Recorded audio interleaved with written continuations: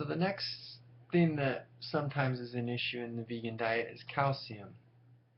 And for those who aren't vegans and haven't done much looking into this, it may not come as a surprise to you, but it's not for the reason you think.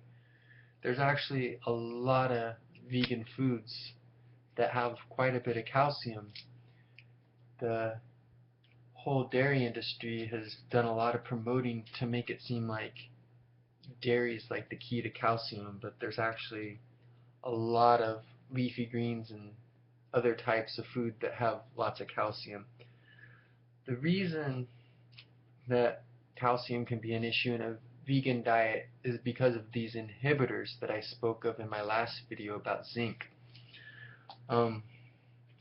Just to make it simple, I'm going to read again so I don't have to remember it. Pretty sure they're called oxalates.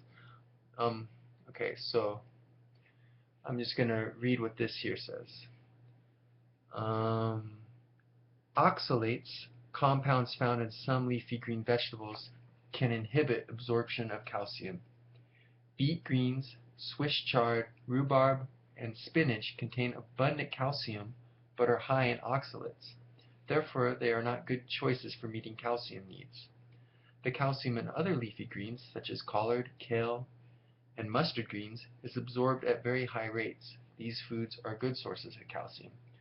So, I don't know exactly how many foods we have out there in the vegan world that have these high oxalate things. I'm sure you could look it up, and I probably should have done that before making this video, but my point in all these videos is mostly just awareness, for you to know that these issues exist and to take steps to avoid. So, like, if you were eating something like collard or kale or mustard greens to get calcium, you would not want to have beet greens, Swiss chard, rhubarb, or spinach at the same time. Now, I'm not saying these are bad foods. I love these foods. I eat spinach all the time. I love spinach. But when I'm eating something specifically for calcium, I don't want to eat spinach the same time I eat that because it has oxalates in it, and it might prevent me from absorbing the calcium in the spinach or the other items I'm eating. Now, I think if you're a athlete like me that trains at a high level of intensity, because this is kind of like geared towards people who lift weights or do other intense exercise, then you probably eat a lot more calories than normal people. So as long as you don't have these items with oxalates in them in every single one of your meals, you should be fine, because there's a lot of calcium in a vegan diet. It's really surprising. It's in a lot of different places. So, I mean, I could probably list some stuff, but I think you could easily look up yourself a number of items that have calcium.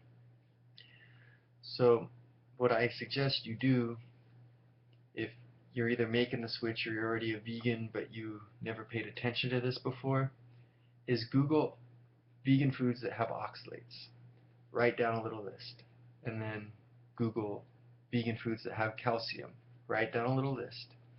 And then just make sure that you have enough meals where none of these items with the oxalates are with these items that have a lot of calcium, and you should be good. So that's pretty much all I have for now.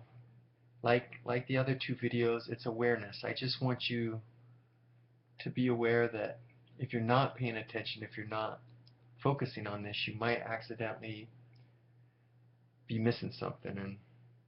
And I didn't talk about calcium much because I just assumed everybody knew about it. Its most famous thing that it does for us is build strong bones. Like 99% of the calcium our body takes in gets stored in like our bones and our teeth and stuff. Like, so if you're doing a lot of high intensity exercise or impact kind of stuff, your body's going to store more calcium and make your bones more dense and more strong, and they'll be less likely to break and capable of doing more. So weight bearing exercise is one of the good things to help keep your bones strong. So, and calcium is the mineral our body uses to do that.